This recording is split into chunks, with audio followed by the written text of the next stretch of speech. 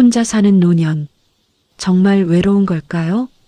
하지만 많은 분들은 이렇게 말합니다. 혼자가 된 건 늦은 나이에 찾아온 또 하나의 삶이에요. 그리고 그 삶에 다시 사람이 들어오기 시작했습니다. 오늘은 결혼하지 않은 노년이라는 단어에 가려져 있던 진짜 이야기를 꺼내보려 합니다. 평생 혼자 살아온 분들, 배우자를 먼저 보내고 혼자가 된 분들, 자녀들을 모두 독립시키고 나홀로 생활이 시작된 분들, 그들이 어떻게 다시 연결되고 어떤 방식으로 사랑과 우정을 만들어가는지 따뜻하게 그려보겠습니다. 지금 시작합니다. 먼저 혼자 된 순간 비로소 보이는 것들을 살펴봅시다. 노년기에 혼자가 되는 방식은 참 다양합니다. 사별, 이혼, 평생 미혼, 자녀 독립.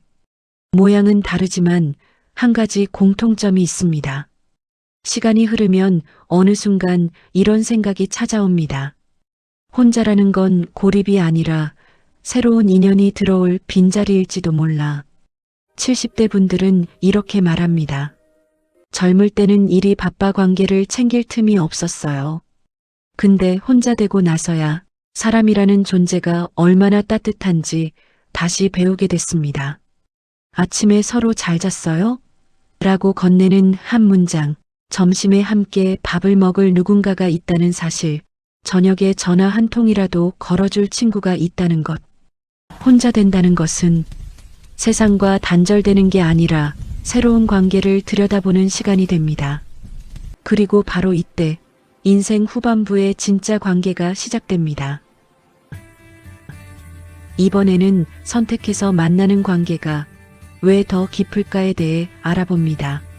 노년기에 새롭게 맺는 관계는 젊을 때와는 완전히 다릅니다. 의무가 없고 이해관계가 없고 억지로 맞추기도 없습니다. 그저 이 사람이 좋다는 마음으로 이어지는 관계. 이른바 선택된 가족입니다. 등산 모임에서 만난 친구들, 공원 아침 산책을 함께하는 친구들, 복지관 차 모임에서 만난 사람들, 그냥 동네에서 자주 마주치다 가까워진 사람들까지. 한 74세 여성은 이렇게 말했습니다. 남편과 사별하고 나서 세상이 텅 빈 줄 알았어요. 그런데 같은 경험을 한 친구들이 내 빈자리를 하나씩 채워줬습니다. 이 사람들은 내 동생보다 더 내 마음을 잘 알아요. 노년기의 우정은 연애보다 오래가고 가족보다 더 따뜻하며 무엇보다 스스로 선택한 관계이기 때문에 오래오래 깊어집니다. 그래서 커뮤니티는 혼자 사는 노년의 안전망입니다.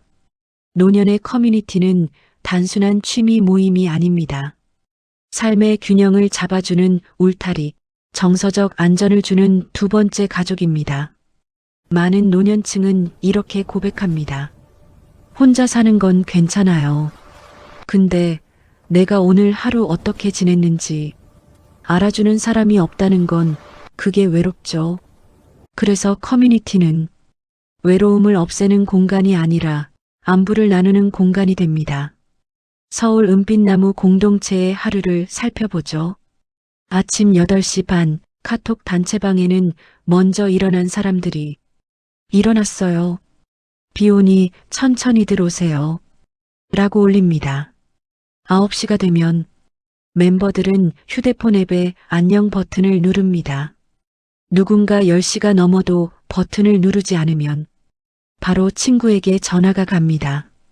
혹시 어디 불편한 데 있으세요? 하는 이 짧은 관심이 노년에게 가장 큰 위안마저 줍니다. 실제로 한 70대 남성은 이 시스템 덕분에 저혈당 위기에서 30분 만에 구조되어 목숨을 건졌습니다. 이번에는 또 다른 커뮤니티, 부산 실버 쉐어하우스의 저녁 풍경을 봅니다. 저녁 6시 반이면 부엌에 불이 켜지고 누군가는 계란말이를 하고 누군가는 김치찌개를 끓이죠. 작은 식탁에 여러 명이 둘러앉아 하루 있었던 이야기를 나누고 웃고 설거지도 함께합니다.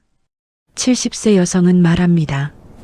집에 불이 켜져 있는 게 이렇게 큰 위안인지 전혀 몰랐어요. 혼자 살면 문 열고 들어왔을 때 아무도 없는 그 적막이 가끔은 마음을 파고들죠. 하지만 쉐어하우스에서는 오셨어요? 하고 불러주는 목소리가 있습니다. 그 한 문장이 노년의 정서를 단단히 지탱해 줍니다. 행복은 함께일 때 더 커집니다. 커뮤니티에서 역할을 맡는 행복이란 이루 말할 수 없죠.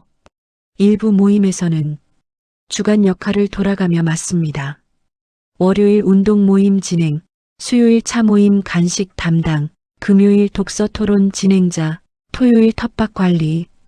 이 역할 하나가 나는 여전히 누군가에게 필요한 사람이라는 자존감을 되살립니다. 70대 정태수 씨는 말합니다.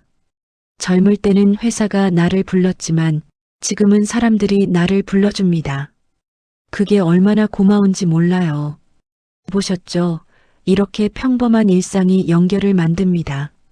함께 걷고, 함께 밥을 먹고, 함께 텃밭을 가꾸고, 함께 누군가의 생일을 축하하고, 함께 힘든 날을 견뎌줍니다.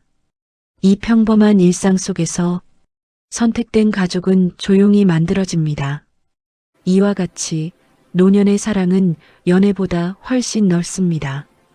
노년의 사랑은 이 30대의 사랑과 완전히 다릅니다. 친구를 향한 사랑, 동호회 사람들과의 애착, 반려동물에게 주는 따뜻함, 그리고 자신을 위한 사랑까지. 어떤 70대 여성은 매주 토요일 복지관에서 90대 어르신에게 책을 읽어드립니다. 그분이 제 목소리를 들으며 편히 눈을 감는 걸 보면 아, 이게 사랑이구나 싶어요. 또 어떤 남성은 반려견 덕분에 아내를 잃은 슬픔에서 다시 걸어 나왔습니다. 또 다른 여성은 매일 아침 스스로에게 오늘도 잘 살아보자고 말하며 자신을 가장 좋은 친구처럼 대합니다. 노년의 사랑은 연애보다 넓고 가족보다 깊고 사람을 회복시키는 힘을 가집니다. 끝으로 혼자여도 괜찮은 삶을 만드는 5가지 법칙에 대해 알아봅니다. 첫째, 정기적인 약속 만들기. 관계는 규칙성에서 자랍니다. 둘째, 먼저 손 내밀기. 차 한잔 하실래요? 이 한 문장이 인생을 바꿉니다. 셋째, 디지털 도구 배우기. 카톡, 줌, 유튜브. 세상을 넓히는 지름길입니다. 넷째, 작은 돌봄 실천하기. 작은 친절이 큰 사랑으로 돌아옵니다. 다섯째, 혼자 있는 시간에 의미 부여하기. 산책, 독서, 명상.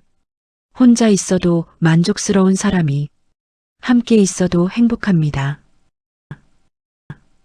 오늘의 이야기가 당신에게 작은 용기가 되었기를 바랍니다. 혼자여도 괜찮고 함께여도 괜찮습니다.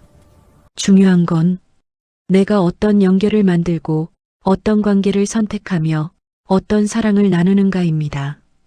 이 영상이 도움이 되셨다면 좋아요와 구독 눌러주시고 다음 9편 배우자의 간병과 돌봄에서 다시 뵙겠습니다. 말벗 친구가 함께합니다.